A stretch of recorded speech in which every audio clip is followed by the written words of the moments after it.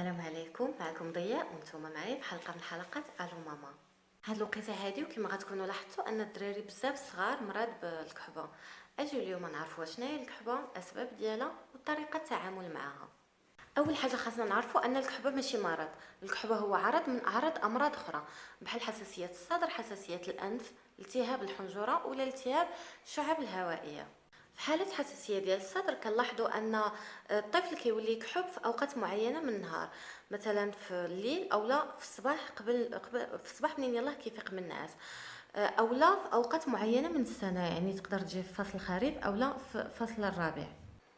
وكتزيد هاد الحده ديال هاد الكحبه هادي كل ما عرضنا الطفل لبعض المؤثرات، مثلا بحال الا كان شي واحد كيكمي حداه، او لا الا كان الدخان في الدار، مثلا في الكوزينه، القليه ولا شي حاجه مثلا كتحرق، او لا من البارفان، او لا من معطر الجو، او لا من معطر الملابس. حتى معطر الملابس يقدر انه يسبب الحساسيه الصدر للطفل، ويسبب حتى حساسيه الجلد. واخا هذا ماشي موضوعنا، ولكن راه بصح دوك معطرات ديال الملابس راه هما اسباب من بين اسباب بزاف ديال الحساسيات. ثاني اسباب ديال الكحبه يقدر يكون مرض النزله الشعيبيه. يعني هذا المرض هذا كيجي للرضع لاقل من سنتين. هنا كيكون الصدر ديال الطفل ديال ديك الرضيع كنسمعوه كيصفر وكيبقى يكحب لدرجه انه كيتخنق. وفي هذه الحاله هذا راه كاين اللي كيمشي حتى للسبيطار كيشدوه للرضع في السبيطار. وكاينين حالات اخرى اللي كيقدروا انهم يتعالجوا في الدار بمخفف السعال وب منزل الحراره وبالدواء، حيت هذا المرض هذا كيكون بكتيري. دونك الدواء اللي كيحيد هاد لا بكتيريا هذه اللي كتكون تسببت في هذا المرض هذا. من بعض الاسباب اخرى هو التهاب الحنجره كما قلنا. وهنا هذا النوع ديال الكحبه كتكون بحال الصوت ديال الفروج، وكيكون الطفل كيبقى يكحب حتى كيولي يدير. وبزاف الناس هنايا كيبدا يقول لك الدري موقف. هاد هنايا كيكون العلاج غالبا بالكورتيزون، وكيكون العلاج عن طريق جلسات استنشاق. ولكن من هادشي كامل انا ماشي طبيبه، انا غير كنجمع المعلومات وكنقول لكم اللي كنأكد عليهم ان واجب استشاره الطبيب. وخصوصا في هاد الحاله ديال الالتهاب الحنجره راه باستعجال خاصك تمشي لي زورجونس. في شي حالات كيتعالجوا في الدار، وشي حالات راه كيقبطوهم في السبيطار على حساب حده هاد الكحبه هذه. هادشي كامل ماشي باش نخلعكم، ولكن باش نقول لكم ان الكحبه راه مؤشر ان كاين مرض اخر. يعني الكحبه ما كنداويوهاش بالطريقه اللي كيديروها بزاف ديال الناس، يعني كتسمع من امها ولا من اختها ولا من جارتها ديري هذه مع هذه تعطيك هذه، ديري هذه مع هذه. هذاك الشيء ممكن نعاون به، ولكن بعد استشاره الطبيب. والطبيب كيفاش هنا كيدوز لنا لذاك الطفل هذاك، راه كيدير الصنات على صدره باش كيحدد لك بالضبط سبب من هاد الاسباب هذه اللي قلنا. من بعض الاسباب ايضا كاين حساسيه الانف. هنا حساسيه الانف كيكون الدري كيحك في نيفو بزاف، وكيحك هنايا بحال هكا كتسمعوا غالبا كيكونوا كيديروا واحد الصوت، راه كيكونوا كيديروا بحال هكا، كيكون كيحك الحلق ديالو، كيعطسوا بزاف. وهنا شنو كيكون كيوقع؟ دوك الافرازات المخاطيه اللي كيكونوا هنايا في النيف كيهبطوا نورمالمون من النيف، كيوليو كيهبطوا على الصدر ديالهم نيشان، هو اللي كيجعلهم انهم كيتخنقوا وكيؤدي للكحبه. وهنا غالبا ما كيعطي الطبيب حتى هو علاج بالكورتيزون، ولكن اللي كيدوز عبر الانف واحد البخاخ اللي كيكونوا كيرشوه كيكون فيه كورتيزون. وكيطلب ايضا من الام انها تنظف الانف ديال الطفل ديالها راكم عارفين كيكونوا بدي سيروم فيزيولوجيك، وكيكون داك الماء ديال الملحه وبزاف ديال الحوايج. ولكن انا كنعاود نقول لكم انا ماشي طبيبه، انا كنجمع المعلومات على هذا المرض هذا، لان كل شيء دابا في هذه الوقيته هذه كيتعادى بالكحبه. الدراري الصغار كنلقاوهم فيهم الكحبه، والمشكل هو ان الكحبه كتولي كطول في الدراري، اولا يلاه كتحيد منه عاوتاني كتجيه. وهنا علاش كيوقع هذا المشكل هذا؟ كيوقع من بزاف ديال الاغلاط كيديروها الامهات. اولهم مثلا ان الامهات كيعرضوا الاطفال ديالهم لهاد المؤثرات اللي قلناهم حنا، مثلا بحال الدخان، بحال البارفان، بحال معطر الجو، بحال داك المساحيق ديال التنظيف. مثلا كتجفف بواحد الكميه ديال جافيل بزاف اللي كتخلي ان الطفل ديالها كيوقع له واحد الالتهاب. هنايا غادي نعطيو واحد الطرق ديال التعامل مع الكحبه.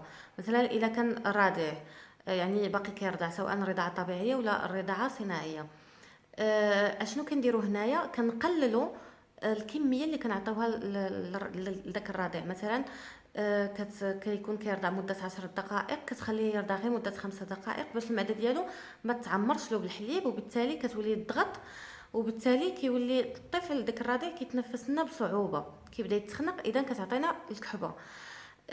كذلك بالنسبة للرضاعة الصناعية، يعني كنقلل الكمية ديال الحليب اللي كنعطيه للرضيع، كنكثر الوقت، يعني مثلا كيرضع 5 المرات في النهار كيولي يرضع 10 ديال المرات في النهار، ولكن بكميات قليلة.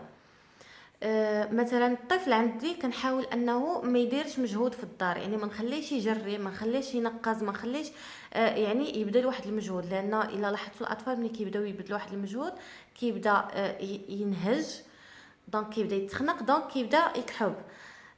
وهنايا هذه هي احسن مناسبه اننا نجلسوا وليداتنا نعطيهم العاب التركيز، انشطه مونتيسوري، يعني العاب لتنميه الذكاء ديالهم. هادو ما كيحتاجوش واحد المجهود اللي هو بدني اكثر من انه كيحتاج واحد المجهود اللي هو عقلي، انه جالس كيخدم العقل ديالو والاصابع ديالو. المهم الانشطه ديال مونتيسوري راكم مولفينها معايا انايا في الصفحه ديالي على انستغرام. خاصنا كذلك ان في هذه المرحله هذه نعطيو السوائل بزاف للاطفال ديالنا، حيت هو اللي كيساعدهم على طرد هذيك التخمه اللي كتجينا. شحال من طفل، ماشي شحال، اغلبيه الاطفال ما كيعرفوش يخرجوا هذيك التخمه اللي كتجينا، دونك كيضطروا انهم يوصلوا حتى للترويض شي بعض منهم، حيت هذيك التخمه كتخنق لنا الطفل ديالنا. دونك باش نساعدوا على طرد هذيك التخمه خاصنا نكثروا له من السوائل. لكن رضيع راه كيشرب الحليب في الرضاعه ديالو راه هذاك سائل.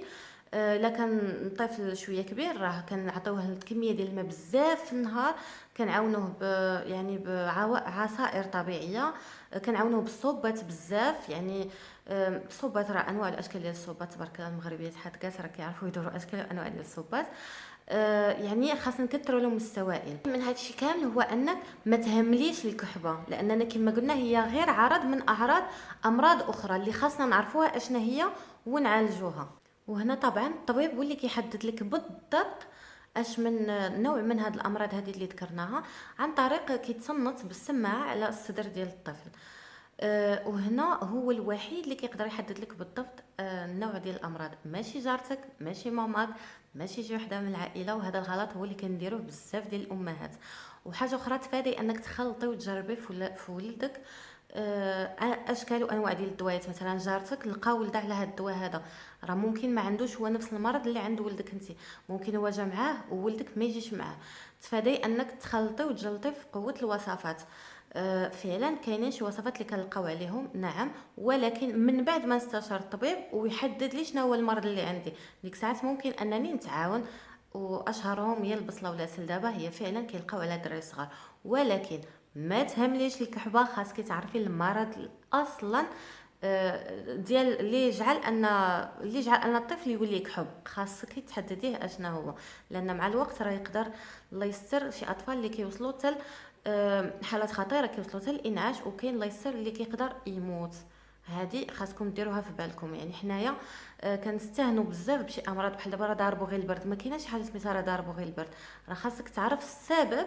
راه كما كنقولوا الرواح ولا هادشي راه غير اسباب اللي كيوريك ان كاين مرض اخر مخبي، هو اللي خاصك تعرفوا شنو هو. واخر نصيحه اللي غنقول لكم وهو خاصك تلتزمي حرفيا بداكشي اللي غادي يعطيك الطبيب، يعني بلي دوز ديال الدواء وبالاوقات ديال الدواء. والغلط اللي كيديروا بزاف ديال الامهات ان غير كتعطي الدواء نهار الاول نهار الثاني للطفل، وكيكون مخرج له باقي انه تشربوه، صافي كتوقفوا ليه وكتبدا تقول راه داك الدواء دقه ببطله، شربته مره ولا جوج ولقيت عليه الرحمه. اييه، ولكن راه خاصك تلتزمي بداك الوقت اللي عطالك الطبيب كامل، واخا داك الولد يبرى. علاش؟ لان كنلاحظوا ان ديك الام اللي كتقطع الولد الدواء كتفوت يومين 3 ايام كتعاود جاي الكحبه، كتعاود تبدا تعطيه في هذاك الدواء يومين 3 ايام علاش؟ حيتاش ما عالجاتش المشكل الرئيسي. هذه اخر نصيحه كانت، وكنتمنىكم انكم تطبقوها. كنت مع ضياء، وكانت هذه الحلقه من حلقات الو ماما.